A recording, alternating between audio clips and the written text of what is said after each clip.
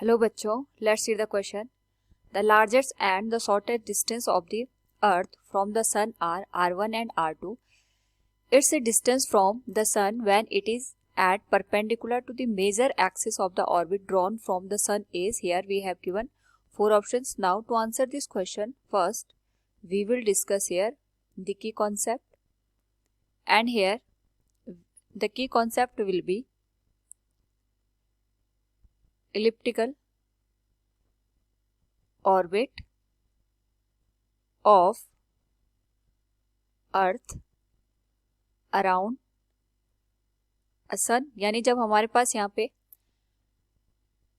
अर्थ सन का राउंड लगाता है तो इलिप्टिकल शेप का स्ट्रक्चर फॉर्म करता है. साथ में यहाँ पे जो इलिप्स की प्रॉपर्टीज होती हैं, जो हमारे पास लेटेस्ट रेक्टम होता है, अगर हम इसकी लेंथ की बात करें, ये हमारे पास जो इलिप्स होता है, अगर हम इसको कंसिडर करें, इसमें दो एक्सिस होती है. एक होती है मेजर एक्सिस और एक होती है माइनर एक्सिस. मेजर एक्सिस और माइनर एक्सिस की जो लेंथ होती है ये होती है 2a और 2b के बराबर.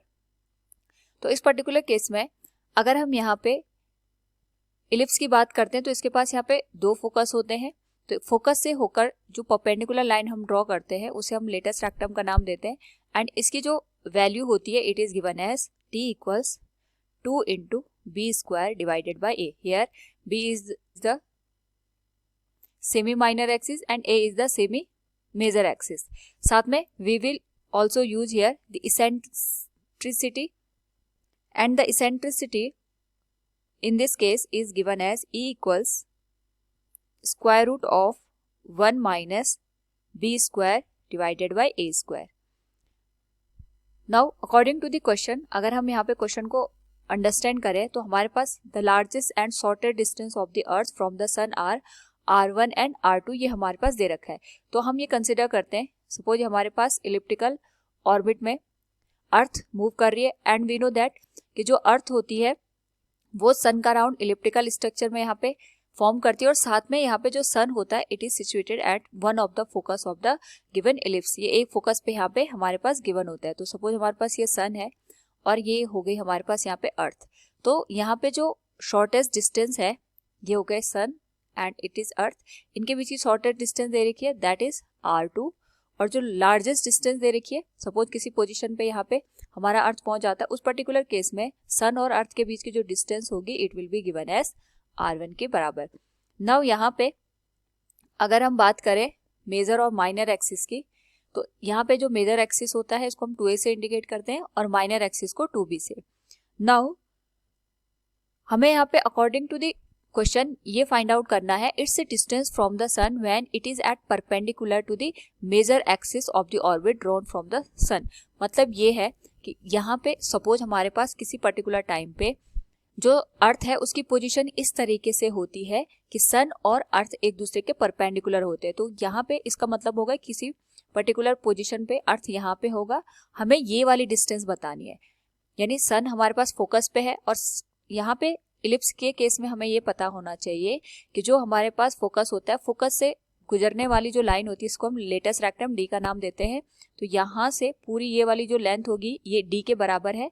तो अगर हम यहाँ पे according to the question find out करें तो हमें यहाँ पे d/2 की वैल्यू फाइंड आउट करनी है. बेसिकली हमारे पास जो वैल्यू हमें निकालनी है d/2 की, ये हमें r1 और r2 के टर्म में यहाँ पे फाइंड आउट करनी है. So from the given question हम यहाँ पे r1 और r2 को d के टर्म में लाने की कोशिश करेंगे. तो सबसे पहले we can say perpendicular distance between earth and sun. Earth और सन के बीच की जो परपेंडिकुलर डिस्टेंस है, अगर हम इसकी बात करें तो जो टोटल हमारे पास यहाँ पे लेटेस्ट रेक्टम की वैल्यू होती है इसको हम लिखते हैं d equals 2 into b square by a के. और यहाँ पे अगर हम अर्थ और सन के बीच की डिस्टेंस को फाइंड आउट करना चाहते हैं, इसका मतलब हमें d/2 की वैल्यू को यहाँ पे फाइंड आउट करना है. तो d/2 हो जाएगा b square divided by a के बराबर. ये हो जाएगी इक्वेशन नंबर फर्स्ट. हमें यहाँ पे d/2 की ही वैल्यू फाइंड आउट करनी है और हमें यहाँ पे इस तरीके से कैलकुलेशन करना है कि जो भी हमारे पास टर्म्स आए वो r1 और r2 के टर्म में आए.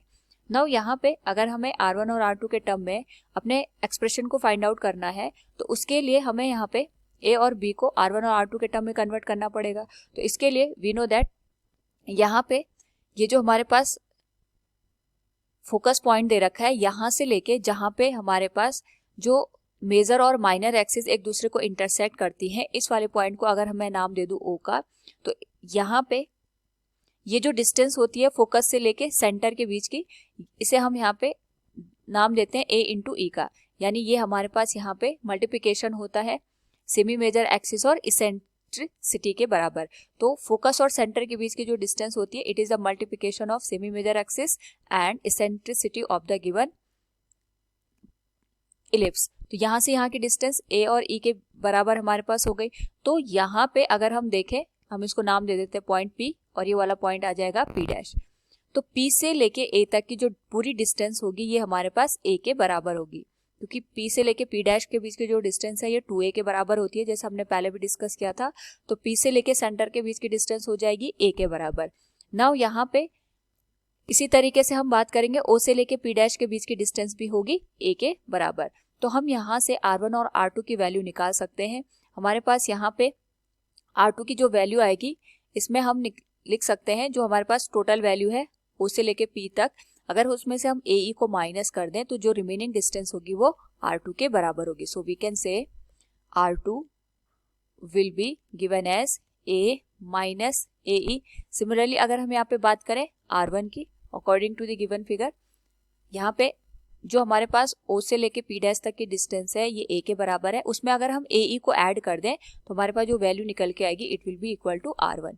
तो हमारे पास ये वैल्यू हो जाएगी R1 equals A plus AE के। ये हो जाएगी question number second and this will be equation number third. Now यहाँ पे अगर हम दोनों इक्वेशन को एक बारी में ऐड करके इसका एवरेज निकाल दें, यानी हम यहाँ पे जो इक्वेशन सेकंड और इक्वेशन थर्ड को ऐड करके इसकी एवरेज वैल्यू अगर निकालते हैं तो ये हो जाएगा हमारे पास R1 plus R2 divided by 2 के बराबर। तो ये हो जाएगा A minus AE plus A plus AE divided by 2 के। तो यहाँ से R1 plus R2 divided by 2 will be, AE से AE कैंसिल हो जाएगा, तो ये हो जाएगा 2A के बराबर, 2A divided by 2, it will become R1 plus R2 divided by 2 equals A। This will be equation number 4। Now similarly यहाँ पे जैसे हमने अभी इक्वेशन 2 और 3 को यहाँ पे ऐड करके इसका एवरेज निकाला, ऐसे हम यहाँ पे इक्वेशन 2 और इक्वेशन 3 को यहाँ पे मल्टीप्लाई कर देते हैं। नाउ यहाँ पे अगर हम मल्टीप्लिकेशन करेंगे तो we can say it will be R1 R2 will be A plus AE multiply A minus AE। तो यहाँ से R1 R2 की जो वैल्यू आएगी it will be A square minus A square E square. This will be equation number 5।